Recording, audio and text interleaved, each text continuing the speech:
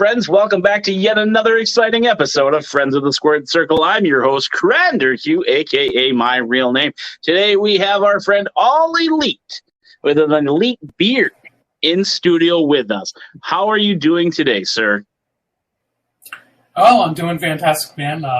Literally, I wanted to request today off from work, so it's feels good to decompress a little bit.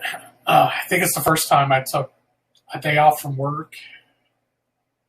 Geez, probably just about a year. Oh, wow. So feels good to step away from work just to enjoy the day. Yeah, I wish I could say that. I take so many days off that they probably want to make me pay back all the days I take off. My friends are probably going to think that I only have friends that have beards. So it's another great beard. We got to give a shout out to that. We don't want to, compliment Leroy from 13 Cards and his second place beard. But I love the beard, sir. Thank you for coming on. Today we're going to talk about why you're a fan of pro wrestling, what you love, what you hate, your first events that you went to, and just, we go down a rabbit hole, we go down the rabbit hole. Who knows? We never know where we're going to go here. But let's just kind of dive into it. What are some of your first memories of wrestling? So one of my favorite memories, how I actually became a fan, was one of the stories that I can talk about forever. Mm-hmm. It's actually because of my gram. Okay. I literally, man, I'm going to show my age here, but I was only 8 years old. It was Great American Bash 96. And okay. One of the things that really makes me love this memory is that's when, technically, to me, the Monday Night Wars really started to pick up, because that was when Kevin Nash did the jackknife powerbomb to Bischoff off the stage. Next month, the NWO was formed. Mm-hmm. How ironic how that happened. So the memories of wanting to be too sweet to this day is because of my gram. That's great. And at that time, I mean, you had where, I was a WCW guy through and through, but of course, at that time, everybody was supporting the business. So I was like, you know what? Everybody, like my friends that I'm no longer friends with, were just supportive with WWF and Stone Cold, The Undertaker, Mick Foley. And we always had that discussion and hey, you should watch The Undertaker. I'm like, sure, whoever that is. And then obviously I turned on an episode of Raw, and then I was like, okay, this is pretty cool. So really WWF/WCW, especially WCW, and the memory of my gram really pretty much solidified me to be a wrestling fan today. Yeah, for me, it was WCW was the first stuff that I saw on TV on a regular basis. The first thing that I remember seeing is, I talk about every episode, but, you're new to the page, you're new to being friends, is that I, got invited to a buddy's house to play Sega. And then he's like, oh, do you want to play with the action figures? And I was like, there's action figures of these? And this kid was the first collector that I ever saw that had a box that he just dumps out. And there's everyone you can imagine, the ones that really stick out as a kid were the Boss Man figures, the Ultimate Warrior, the Hulk Hogan with the hands, And I was like, who are all these people? Because there wasn't a WCW game that I played. And then I happened to see, I believe it was Shawn Michaels versus 1-2-3 Kid was the first time I saw it on TV. And I'm like, this is a real thing. It's just not characters from a video game. And then I eventually found WCW, which I preferred WCW back then because, I liked the luchadors or the cruiserweights. I liked Chris Jericho, Dean Malenko, all those guys. I was a fan of Goldust and Foley later, but like you, it's like, what is this? There's more, and then I started reading the magazines at the Kmart, and then seeing who the top guys were because they had a 1 through 10, and it was like, oh, I gotta know who this guy is. Who's this guy with the fancy paint? So really surreal to me that I thought it was just video games, and then they had toys. So isn't that crazy? I remember when, oh gosh, I would do anything to go back in this day. So I remember when I used to stay with my grandma a lot because my parents would travel so much for work and everything. And then my brother Adam had the very strong, durable, rubbery wrestling action figures instead of the plastic ones today. Okay. And I remember it was the giant. He had Hillbilly Jim, I think, was one of them. Okay. Big John. Man, it was cool. If I ever become a father, I would literally try to go back in that day and let my daughter or my son to possibly ever get into that, because I thought that was more fun than video gaming. So.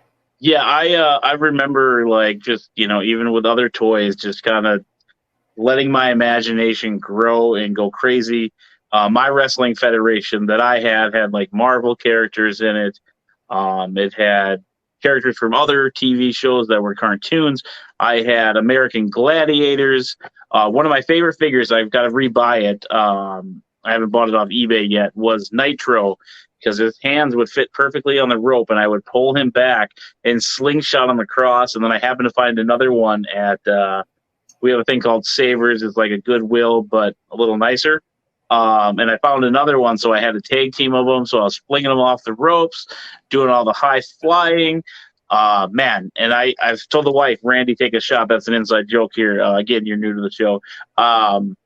That if we ever have a kid, I'm going to buy toys, and I'm going to be so excited to get right down there with them and, play with them with action figures or cars and show them all the crazy things that I used to do, like, use the Crayola marker and color on the blood, or, when checks were a big thing. My dad had a business, so we had check boxes from all the checks that he had to write for bills or, whatever. And he'd have the empty boxes that he would save and just put coins and stuff in them. But I would use them for buried alive matches and bury my figures in the backyard in these boxes. Or my friend Wes, we would put green food coloring in and have the Ninja Turtles go and do an acid bath. So I cannot wait till the day that I have a kid to show him all of those crazy things. He's just going to look over at me and be like, "What is wrong with you, Dad?" So. And I'm sure I would buy some retro ones so he can have some of my favorite superstars to play with, because, gosh knows I'll probably just bag on his favorite wrestler. So, I mean, I still feel like a kid to this day, because I think everybody that's like literally watching at this moment knows how much I support AEW. I literally have dozens and dozens of figures on my wall at the moment, so I feel like I'm reliving my childhood. I'm not opening the boxes, so. So you're a mint on card kind of guy then. Yes. Okay, we'll definitely have to try to talk you into coming on our sister show, Show Me the Collectibles, but that's another episode, another show. But yeah, I don't have too many because I would get carried away. I just have Otis in the background because, like I told you off camera, he's a local boy whose mom's birthday party I crashed. I'm sorry, Otis. Please forgive me. But I just know I would buy too many. I'm working on my Ninja Turtle set as well as my Jurassic Park stuff, so I just don't want to go down any more rabbit holes until I have to. So that's fair. Because I wasn't able to afford them when I was a kid, so it's like I have adult monies, and I have a ceremony to pay for in October, so it's like, don't buy anything you don't need. So I know what you mean, bro. Like Walmart, I think they just put in the Kenny Omega certain collectible figure. Okay. I think it's the ringside collectible, like what Cody Rhodes had with AEW. Oh, that one with like the 3 different heads and the sweet box. Yeah, those are very cool figures. Yep. $52, and I'm like, I can't today, but it will be soon. Yep. Especially after Forbidden Door, I need to get my second Kenny Omega figure. So. Very nice, very nice. I'll have to send you a link of our friend and special co-host when he's on here. He's been super busy. Randy, be quiet. He is a massive figure collector. He just did a video which he put on our page where he was opening the new figures. The name escapes me. They're not a sponsor, so I don't feel too bad. But Chad, a.k.a. the King of Old School, he makes me look like I don't even know what I'm doing because he has a whole garage of just figures, and it's lit up. It's beautiful. I'll have to send you that link, but his wife lets him buy that stuff. So I'm kind of jealous, but at the same time, I'm not, because that's just too many figures for me, you know. I hear you. Trust me. Especially, like you said, at $50 a pop. He did buy me the Blood and Guts Cody and Dustin. I think that was one of the first ones. I remember I was buying an Otis figure that they were releasing. He's like, "What did you buy in Ringside Collectibles?" I was like, "Stuff." He's like, "What did you buy? Tell me." I was like, "Otis." He's like, "Okay, good. Keep an eye on your mailbox." And I'm like, is he sending me something that I don't know about that's Otis related? And then he sent me that. And I'm like, dude, that's so expensive. Like, I'm honored, but don't spend that much money on me, you know? And I looked online, they're flipping it for almost $200 when it came out. I was like, holy cow, you know? I know what you mean, man. Like, some of my followers from my page, they have sent me fan mail. There was a day where somebody messaged me, and this girl was like, "Hey, do you have an address?" I'm like, no. And then all of a sudden, I decided to get a P.O. box for people to send me fan mail. So all of a sudden, you know, I'm checking the mail one day, and I was like, wow, I can't believe somebody would do this. And literally had the receipt. Came close to $60, and it was actually 2 figures right when they first came out of Chris Statlander and Wardlow. And I remember messaging that person. I said, "I can't believe you did this. I thank you." And that was the fan giving back to me for how much excitement that I given that person's life. And I was like, wow, that's pretty cool. Anybody that knows me knows that I'm a big supporter of those two. So just knowing somebody remember that was totally cool, man. Yeah. I always feel guilty, like, when my friends give me stuff, like, because the wife, Randy, Take a Shot, her friend, I'm a huge Jurassic Park guy, she found me another Jurassic Park book. It has a different cover sleeve. I don't have it. She knows I'm one of those people that will buy the same thing if it has different artwork. And it was so cool that she got that for me. And then I asked her to pick up a Funko Pop for me, where they're from, and she didn't even charge me for it. So huge shout out to Jamie for those beautiful treats and treasures. But yeah, I hope to get to your status one day where people send me stuff, so then I don't have to explain to Amy, Randy, Take a Shot, that I didn't buy it. I was given it to by a friend/fan, you know. So that's what I call my fans, as friends, you know, because it's a cool little tagline to go off my name. But it really is, dude. It's super easy to use for everything. So I actually got a figure back in, I want to say it was March, and somebody actually created my own action figure. Jealous. I will actually send you a photo. It's really cool. This is Gary on one side of the pants, Joe on the other side of the pants. It literally was a Brody Lee figure because of the beard. Hence why my nickname, Oddly Bearded Genius. And I was like, that is just so damn cool. Somebody made me a figure. Literally did a cutout of one of my pictures when I'm wearing one of the AEW shirts that I have. And I was like, wow, I can't believe somebody did that for me. That is just so damn cool. Some of the fan mail that I get just blows my mind. Got a CM Punk hoodie back in like January. It was a letter. Knowing I'm making an impact on people, dude, I'd rather take the appreciation more than figures all day long. Right. Honestly. Right.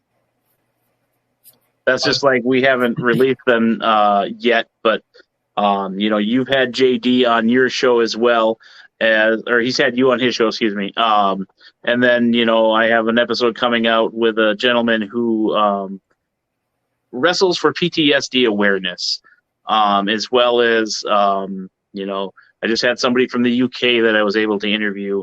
And I won't throw his stuff out there, but just hearing their stories, like you said, it drives you and strives you to be better. You know, we're so lucky to get these people that search us out, just kind of like I searched you out to come on my show. And it's so rewarding to be able to share their stories that they probably wouldn't share anywhere else, but we're giving them an opportunity to showcase themselves. And that's why I like interviewing the fans more than the wrestlers, because the fans have stories too. Like, you credit your grandma.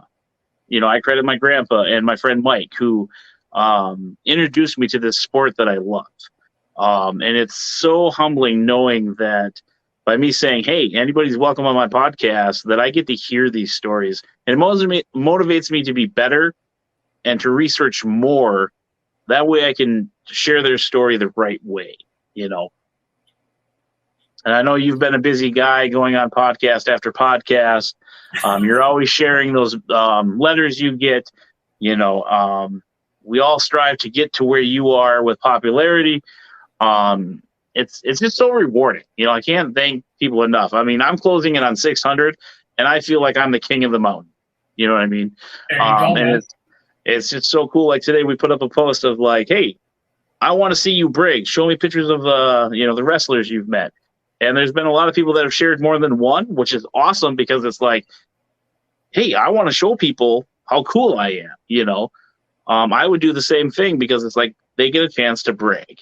I've got the courage or I got the drive to do a little silly little show. But it's cool that they get to be a part of it and show off themselves as well. So, I mean, I look at it this way, Cal. I saw that, you happened to meet, actually she came to your table, Rachel Ellerling, and I think that's a very cool moment for you, bro. Yep. I like that. Like us podcast creators or just creators in general. It feels like we do a lot of hard work to get to our fans. Apparently I am a role model to a kid back in South Carolina, knowing that I'm making an impact on kids, like you're making an impact on a lot of people on your podcast as well. And, content creators really, we take a lot of hard work. And, dude, I can see the hard work that you've been doing as well. Keep up the good work, man. Thank you. I appreciate it. I thank one person as well for him tagging me in this stuff, and we would have never met because of him, and that's Thomas Cummings. Okay, Drip guy. I've known Thomas for the last few years, and I love that guy. He's great. Good friend.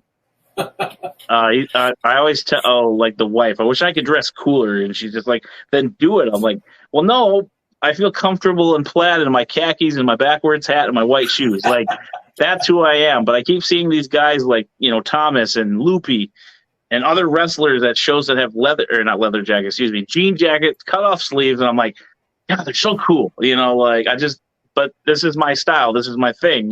That's how people associate with me. But one day, maybe I'll get the courage to bust out some sweet swag like that with the patches and stuff. But who knows? Maybe I'll even make a friend of the squared circle one so I can send it to Thomas and give to Loopy and stuff, because it's just a really cool look. And that's what I think I like about Otis, too, when he first debuted. He had that jean jacket. And I was like, oh, man, that's just, I don't know. I just think it's cool. I love Otis, period, too. So it's okay. Yeah. And with what you are saying, too, like my buddy Derek, I'm going to throw him under the bus here. He used to always tell me that he was so jealous of me because I was going to Chicago. I'm going to Minneapolis. I'm going back to my hometown of Eau Claire. I'm going to all these wrestling shows. I'm meeting all the wrestlers. And I'm always, I show them off to my friends. They're like, cool, cool, cool. And he's just like, dude, I'm so jealous that you get to do that. And I was like, yeah, but you have to realize, Derek, I'm jealous of you because at the time, he's in a successful relationship. He's got a kid. They're going out and doing, father and son things and stuff. And I was just like, I want to be what you are. You're saying you're jealous of me, but you have to realize, Derek, you're an inspiration to me because I want to get to that too. Now I'm married. Randy, take a shot. He's going to be so drunk by the end of this episode that I always tell people, no matter what you're doing, there's someone out there that you're inspiring. And same with Loopy. He made a post and I just said, dude, like, you're killing it. Everybody knows your name at the wrestling scene. And just know there's someone out there watching you saying, I wish I had that confidence. So don't ever think that you're not worth something because there's someone that's watching you saying, I wish I could be that guy. And I'm sure I have the same thing where someone out there is watching me thinking, oh, if this guy can do it, so can I. And I like to think that I'm the Dusty Rhodes, the common man of podcasting. I just had to throw that out there because Randy's going to bury me in every comment going forward. But, I'm just a normal guy out here trying to make content in a positive environment just like you are. And I'm very positive that we're having fun doing it, so. My new little keg thing that I've been doing, but yeah.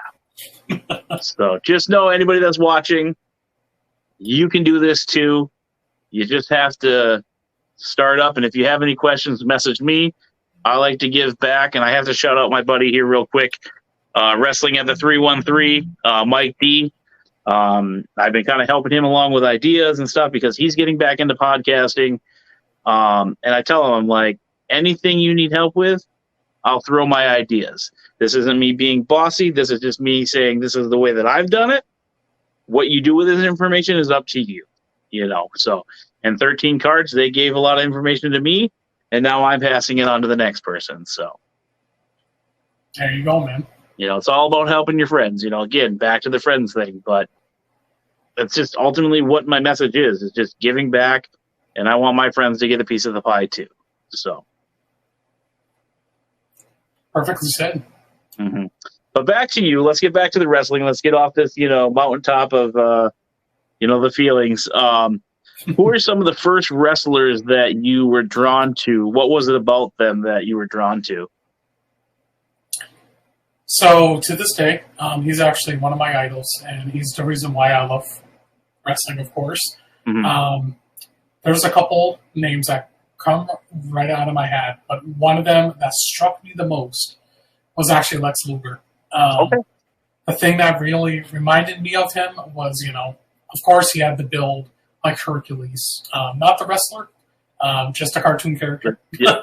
Forgot about that guy. Yep. So I was like, wow, that guy really looks like Hercules. It just, mm-hmm. He was really appealing to me. And then, of course, Sting, undoubtedly my all-time favorite.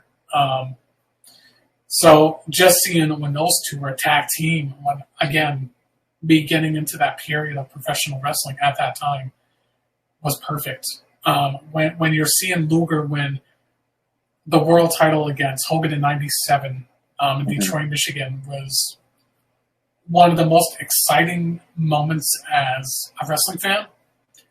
Just because I remember Luger winning it, and I was screaming because I was so happy. That was just so cool, man. And then, of course, back to Sting. This is why he's the icon. This is why he will be forever loved with many, not just me. But yeah, it definitely would have to be Luger and Sting, but okay, more so Luger. Yeah, that was definitely a tag team that I liked. Before the NWO and stuff came through. And I remember vividly, that's a memory where he's running out to the limo questioning what Sting's doing. Like, that's still stuck in my brain as a moment in time that I'll remember forever. Or the time where Nash threw Rey Mysterio like a lawn dart, those moments just, suck in my soul of like, holy cow, what's happening, so. Perfect time to enjoy that, man. Like, I remember that too, to this day. And then, of course, the NWO. Like, you wanted to be a part of the NWO. Mm-hmm. I mean, to this day, man, there's times where literally I'm washing my car, just foaming it up, looking all nice and shiny. I literally do the NWO thing every time. I've got set in that TikTok so many times with the guy doing the dishes or cleaning the stovetop. I was like, yep. Yeah. I just saw a guy brought a belt for Hogan to sign. It was the World Championship, and he gave him a can of spray paint to write NWO, and then he signed it, of course.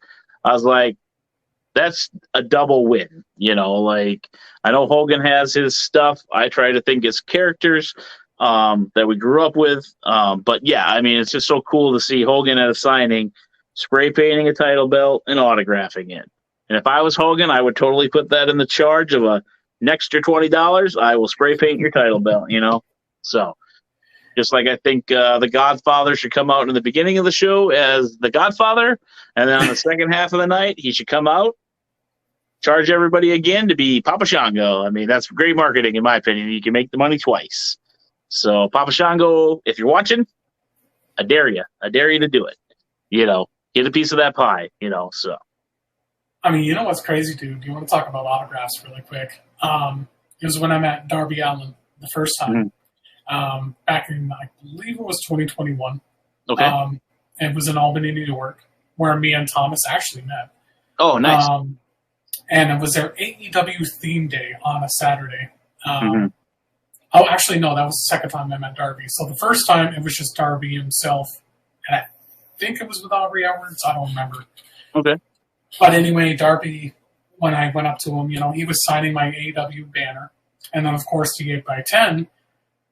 Oh, well, a little bit of a glitch there. It's okay. Got to go back a little second there. So, yeah, after when Darby signed the banner, you know, this was me just getting excited. And I felt like I brought a little too much to the table. I literally had a beanie for him to sign. I had his action figure for him to sign. With the 8x10 picture for him to sign as well. And the store owner was like, no, only one item. And I will never forget it. This is why I'm a big fan of Darby to this day. Darby looks at the store owner and he's like, what the fuck for? He's right here anyway. And Darby just, for nothing, he had no issue. Which I, like, that was actually my first, I think it was, no, actually first it was Kurt Angle. But my first meet and greet for an AEW talent was Darby. So I didn't know how many items they could have signed, you know, so I didn't know. But when Darby stood up for me and saying that, I was like, dude, you're so cool. I'm not like some people that's going to go on the internet at an airport. Yeah, those people aren't real fans. So no, they're just chasing a dollar in the wrong way. Like I just told Papa Shango to chase it the right way. Like he's earned that. But anyway, yes. Yeah. So that was definitely one of my favorite moments, and obviously it's right on my wall, cherishing it until I don't know, probably the day I die. So. Yeah, and it's funny that you had this very positive experience with Darby Allin. When I got to see him wrestle in Minneapolis, he almost got murdered by Sami Callihan. And Sami Callihan now legitimately scares the shit out of me. And then Darby Allin's then wife, Priscilla Kelly, a.k.a. Gigi, I was trying to get an autograph for a friend. I tell this story every time. And I was just trying to get one in her ring gear, not necessarily one where it's more of a board, you know, I can't say the word correctly, like a photo shoot. I just wanted the in-ring gear because I was sending it to my friend Cass down in Florida. And I misspoke and said I'm looking for a nice one. And she misinterpreted what I said because I mess up my words all the time. And she was coming after me, and I was so nervous I didn't know what to do. Luckily, Jordynne Grace came to my savior, so that's why I love Jordynne Grace so much, is because she saved me from getting beat up by Priscilla Kelly at that show. And she's like, honey, he's just trying to get it for his friend, you know. I didn't want to come off as a weirdo to my friend by buying, you know, a more risque photo. I just wanted one that's presentable for a guy to send to his female friend, you know, not like a lingerie shot or something that she had in there, which is fine. I just didn't want to cross a line with her or my friend. And it just got really fumbled. And I'll never forget the moment, you know, where Jordynne Grace stuck up for me. So, yeah, I can totally relate to you and Darby Allin sticking up for you. It's pretty great when they come to your defense. So it really is bittersweet for sure, man. Mm-hmm. And Jordynne Grace, that's one I would love to see in AEW because, you know, she did the Impact thing. I bet she could totally help that women's division over there as well. So, wholeheartedly agree. Mm-hmm. There's so many talented women in all the locker rooms. It's hard just to pick, you know, which one's better. I don't have a favorite women's locker room, but women's wrestling is amazing lately. So. Oh yeah, I mean, Stardom's getting really red hot. Mm-hmm. Right now, especially with Julia. I can't remember her name. She's actually one of the. I think she's like the top tier of the women in any company right now. So I think of her name, but she's definitely one of my favorites. And Jordynne Grace as well. Mm-hmm. Yeah, man, she's really up there. Me personally, I don't know, man. I would love for her to re-sign with Impact. Yeah, she really fits there so beautifully. Yep. I just like to see them kind of, it's kind of like Trinity. Like,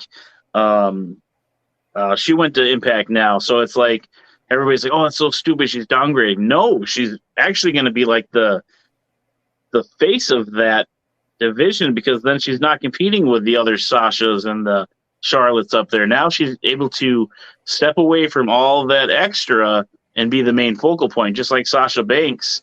I think it's great that she's doing the New Japan thing and, going her own way to elevate her status in women's wrestling.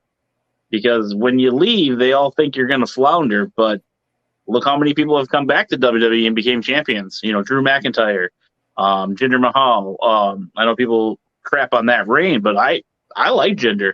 I thought it was great. He coming back. He had his two stooges helping him out every week, getting him heat, and I liked him. So.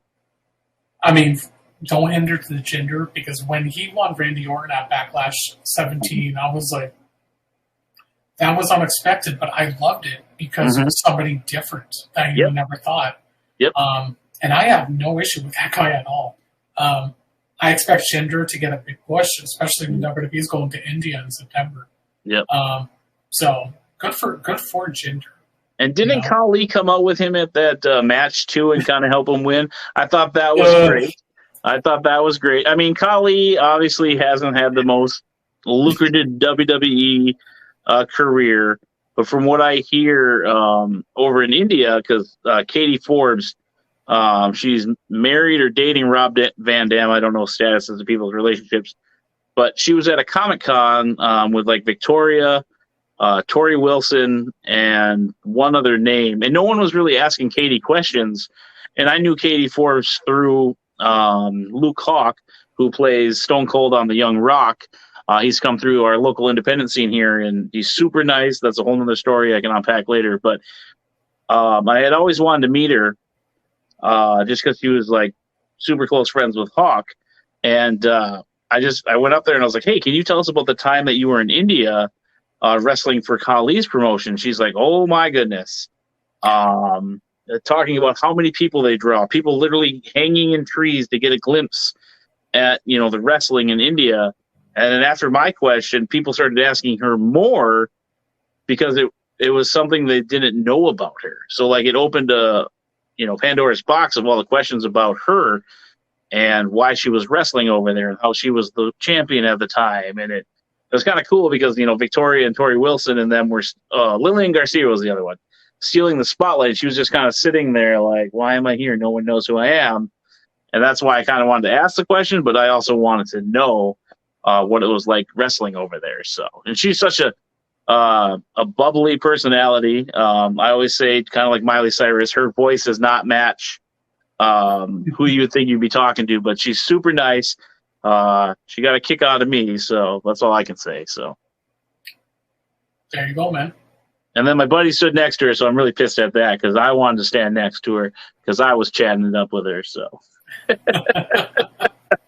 so in the photo, I have like a frowny face in one of them because I'm like, "Hey, dude, this is my photo, and you're standing next to her," and I got stuck next to Rob Van Dam. No, I'm just kidding. Rob's pretty cool too. So, yeah, he seems it. Seen him wrestle a few times in the indie scene around us. Just been pretty blessed to have a lot of big stars come through. So, speaking of that, do you go to a lot of indie shows, or you more just kind of go to the bigger promotions? So, ever since I moved here, like literally where I was living before, like literally, man, like Vermont doesn't have crap. Literally nothing.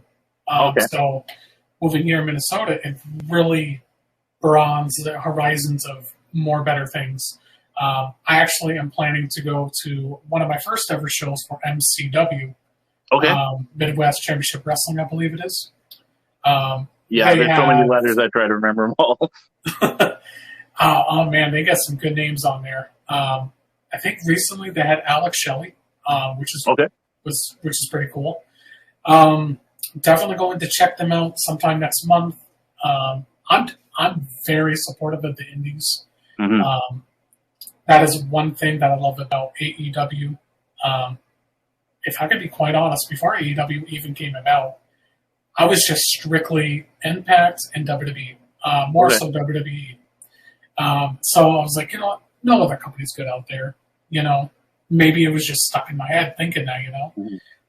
And then with AEW Dark, I wanted to know, okay, who is this person? This is pretty cool. Yep, that's what I like about that. From. Yeah, I've actually interviewed a few people that's been on Dark, and there's actually a show that I'm going to see next month. I'm sure you saw it, Cal. I think it's next month or September. But anyway, Saturday Night Nitro at the. Oh yeah, we're big First Wrestling fans here at First Wrestling or Friends of the Squared Circle. Yep, so I went to the first one. Yep, yep, you definitely got to check out their promotion at First Ave. It's definitely a unique environment. If you do like all elite wrestling, a lot of the First Wrestling family there like AEW a little bit more because it is a lot like what First is as well. But yeah, you're going to have a blast at Saturday Night Nitro. Hopefully you do the Fan Fest as well, because the boys there have connections, you know, like Arya Daivari, Eric Hanna, Darren Corbin. We talk about them on every episode, but you're going to be a huge fan of First Wrestling once you're done with that show. So, and you got to become a Darren Corbin fan. It's like a rite of passage. People will love you if you like Darren Corbin. I'm setting you up for a trap, but he basically comes out to an FU chant every time he comes out. So, but I love Darren Corbin. He is a sponsor here at Friends of the Squared Circle. And if you ever get a chance to meet him, be like, hey, I met your boy, Cal, you know, so those guys all know me down there too well. So, and there's a lot of great wrestling in Minnesota. You are definitely going to enjoy the indie scene in Minnesota. So, especially Minneapolis, there's, you know, so much, you know. I mean, the thing that blew my mind, I really wish I would have went. It was actually back in March, but their tickets were sold out within like 10, 15 minutes, so I really couldn't go. Mm-hmm. It was in a town called Elk River, which is where I work. Okay. And actually, why can I not think of his name at the moment? Oh, Eric Rowan was there. Okay, yep, he's been around the circuit here lately, yep. So I was like, man, that is so cool. And it was only $10 a seat. Yep. And I guess they were doing something with charity as well. Okay. So that was really cool. So, yeah, man, I respect the hell out of the indies. Mm-hmm. I interviewed this guy during the pandemic, Alex Red. He's actually a writer for Impact Wrestling. Oh, okay. So, and actually he also runs his own organization. Oh, damn, what the hell was the name? Oh. What was the name again? Called, his name is Alex Red. Okay. And the promotion that he runs now, but it used to be called Atomic Revolutionary Wrestling. Okay. They're based in Fort Lauderdale, Florida.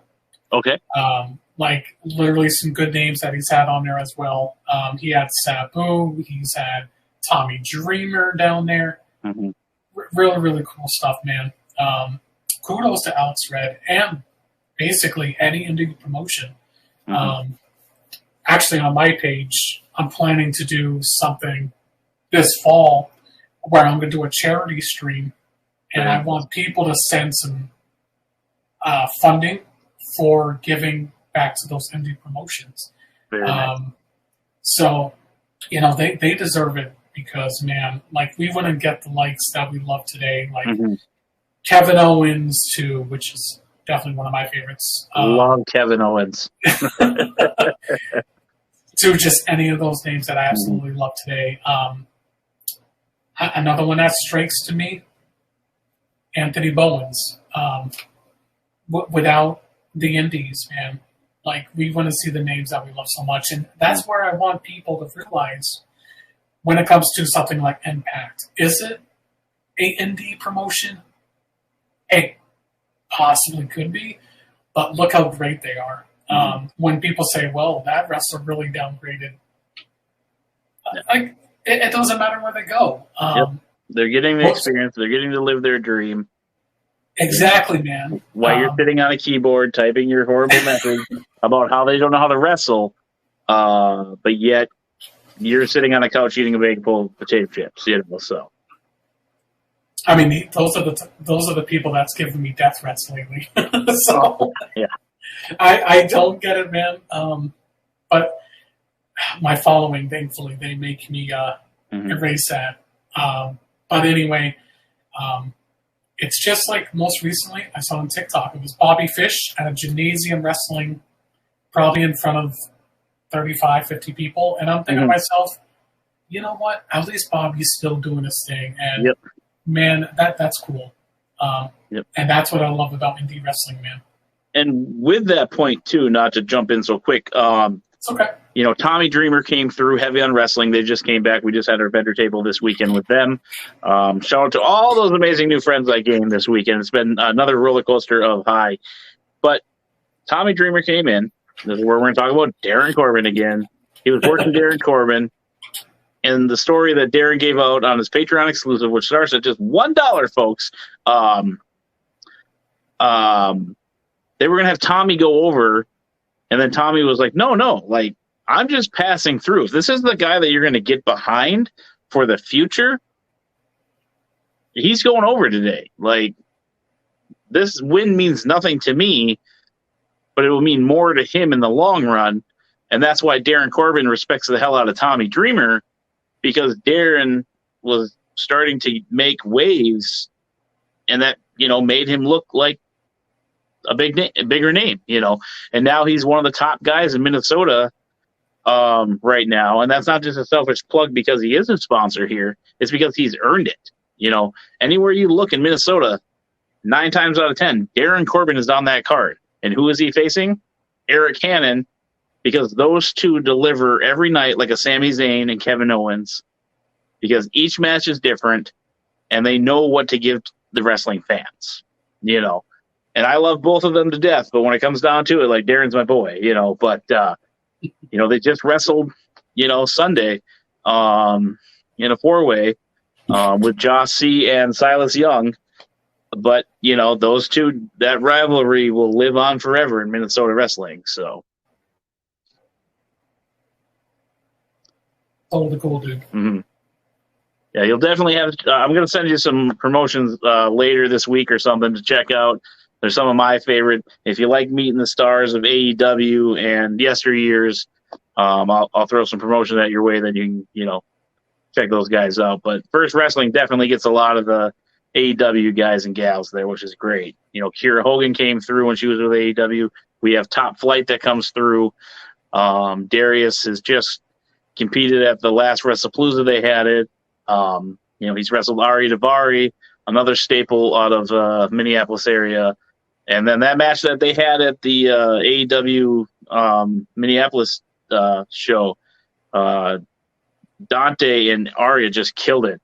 That I bought my ticket solely because those two were wrestling. So, they're Minnesota Bulls. So I think I was at that show, man. Pick Out the Lake. Oh, yep. Okay. Yep. I was at that show too. Yeah, I got the graphic.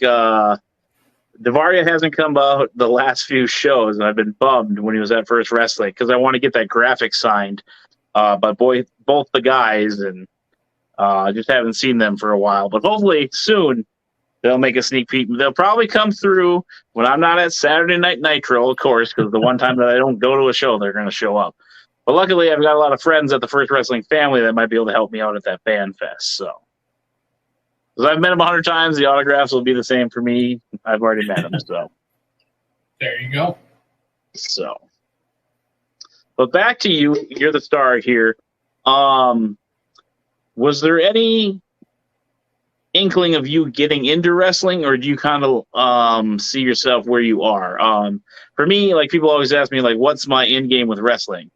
If I ever want to do anything, it would be ring announcing because I feel like I have a voice for radio, and I like to pretend that I'm John Maddening out of First Wrestling and, introduce the wrestling superstars. That's the only thing that I would ever do besides maybe being a manager, but that requires athletic ability, which I don't have, so I would rather be a ring announcer. But is there any interest of you getting in more into the wrestling business besides running the page? Man, I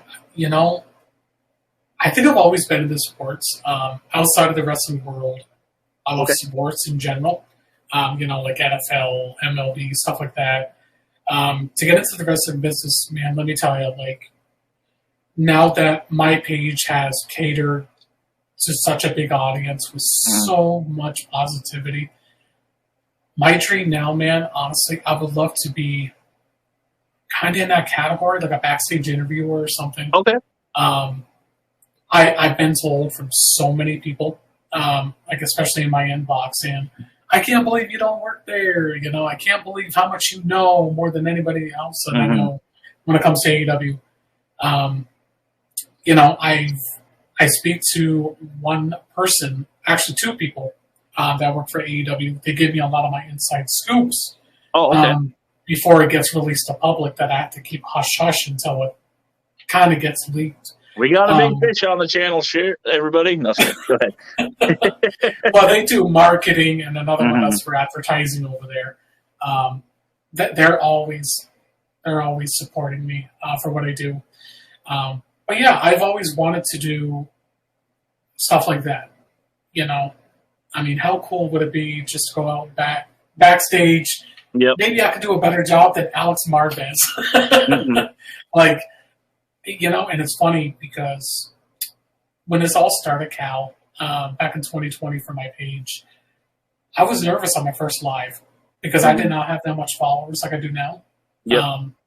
And I was like, okay, I'm going to fumble the bag quite a few times. And now it's just, I'm so engaged, wanting to talk about it every single day if I could. Lately, Facebook's been paying me for the content that I deliver and all that. Very nice, very nice. But it's funny, man, because I don't do it for the money. I do it because I love this. But yeah, it would be very cool to do backstage interviewing. It doesn't have to be a major promotion. It could be like a indie company that just shows their stuff on YouTube. You got to get the one foot in the other. You know what they say, baby steps before you take the big steps. That would be such a cool dream of mine. I love wrestling through and through. 35 years old. I'm still young. So I always say never say never. Right. The two people that gave me the inside scoops with AEW, one of them actually was just working at Walt Disney World. Okay. Nice. And then the other one, almost the same situation, but the Orlando, what is it? Universal, I think it was. Okay. But anyway, that one there, just basically just doing stuff for their theme park that's nearby, kind of like advertising as well. And then all of a sudden, I guess when they were doing tapings there, obviously he loves wrestling. This guy's name is Kyle, by the way. And then Kyle, I guess, got into the ear of somebody in AEW management. And now look at Kyle now, like he's doing good things for AEW back behind the scenes. So that would be very cool to fulfill that as well. That's awesome. It blows my mind how much I love AEW. So it really, I feel if they would actually give me an interview with questions, I feel like my knowledge with AEW would really benefit them. Very nice. But hey, it's just a dream. Yeah, you got a dream, otherwise there's nowhere to go. So, Yeah. So never say never, man. Yep. And I know I've done a few vendor tables just because I'm trying to get the traction. And I always like to say that I'm the peacock in the room. Look at me, look at me. If I'm at the table, not so much now, because of stuff that's going on. I don't want to really disclose it on here because I don't want sympathy. But it's like if they're not coming to me, I'm going to them. Like I sit down right next to the person. I'm like, here's my podcast. This is what it's about. And then I make my little jokes and, I'm out there chasing them down. And it was so lucky this week that, people were coming to me and I didn't have to do a lot of, extra running around. And then told my friends today, like, it was such a surreal moment because normally I'm standing outside waiting an hour or two to get in the door, so I can see my favorite wrestlers and my friends that are wrestlers. And I'm walking in the back door with them, slinging my stickers, slinging my, 4x4 little autographs that I have, just to be funny. But I told him, I was like, it's so weird walking in with you guys when normally I'm out there waiting to see you. And he's just like, yep, made the big time, kid, or whatever, he said. And I'm just like, wow. And I'm watching them set up the ring, going through, pull the curtain back, what they're going to do, and them interacting together, seeing a whole different side of them that you don't see when they're out there putting on the show. And then I had to run out because some friends had some tickets that were reserved for them. And they actually got upgraded because the promoter, knew I was there that night. So we upgraded them. So that's a plus for them. But it was funny because I go out there, they're all like, hey, Cal, hey, Cal. Hey. And I was like, hey, guys, like, give me a second. I got to talk to somebody important here about tickets. And then I go back in and I made the joke, but it was just kind of funny to me to be like, I should be out here with you guys, but right now I'm in here with these guys, So I had to make the joke to my buddy Bob and Abby, like, see you later, common folk, and I ran back in and just, it hit me at that moment that I'm doing something cool, I'm part of the scene. And then just getting to talk to the fans as they came in was kind of rewarding too. And plus, I got to stand there and talk to Fandango, now Dango or Dirty Dango, for like a half hour and explain to him, who Brandon Gore was, who Darren Corbin and Eric Cannon were. Talk about the academy out of Minnesota that Ken Anderson is running, and so it's kind of cool to give him the inside scoop. And then he was asking about First Wrestling and where that was, and I was like, "Oh, you wrestled in the Target Center?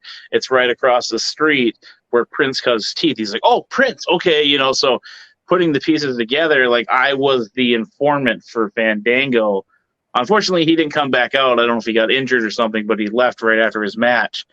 And I was like, oh, dang, I needed to get a picture with him. But luckily for me, if they're watching, there was a fan that came up and made me get in the picture with them.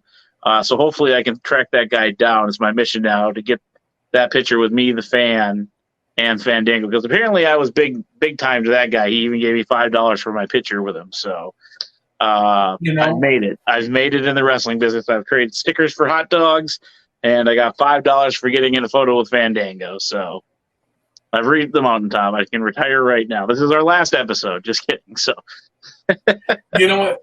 What's really cool, man? It makes me think of something. This is what I love about content creators such as here on Friends of Square Circle, or to my stuff. I want to say it was like a month and a half ago. Do you know where the Crossgates Mall is? This is in St. Cloud?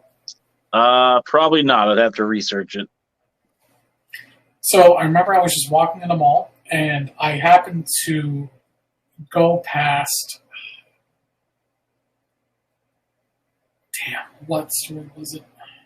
Buckle, I think it was. Okay. Anyway, I on accident bumped into somebody, and it felt like it was a coincidence. And the guy was like, "Oh, sorry." And then all of a sudden he's like, "Aren't you the guy that I see on Facebook all the time?" I'm like, and I'm thinking to myself, I don't know, maybe. I didn't say that, but I'm like, pardon? And he's like, "I think I have your page fault." And he pulled it up on Facebook. I'm like, "Oh, yeah, hey." That's awesome. And we were talking like 10 minutes. And it's so cool, man.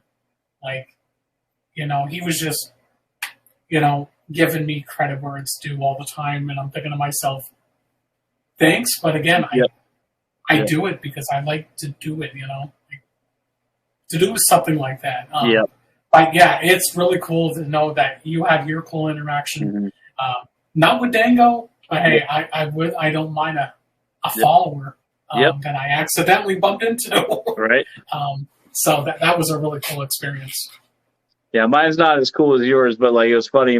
I have a buddy, he works up the hill over in Duluth, and then a friend of mine happened to be up there shopping, and he was wearing my hat or shirt or something. Or no, he was on the episode, and my other friend recognized him and was like, "Hey, friends of the Square Circle," And then that friend texted me right away and said, "Oh my God, somebody just recognized me from your episode." And I was like, "Oh, it's so-and-so because they worked there." And then he texted me when he got off his shift. He's like, "Hey, man, I saw your buddy Matt who was on an episode." And I yelled, "Friends of the Squared Circle." And he got all excited. I was like, it's too funny that, they obviously don't know each other, but like they watch my stuff and, put two and two together. And I just got a text today from my friend Megan. My buddy must have been at the store or something, and she saw my sticker on the back of his truck. She's like, "I see a picture of Cal out in the wild." And I was like, I'm getting there, so, hopefully people aren't using those for dartboards like the 13 card subject to change podcast, but in that second place Beard Leroy. It's kind of cool to get those little texts once in a while, even though, it's my friends just taking my stuff and supporting me and stuff.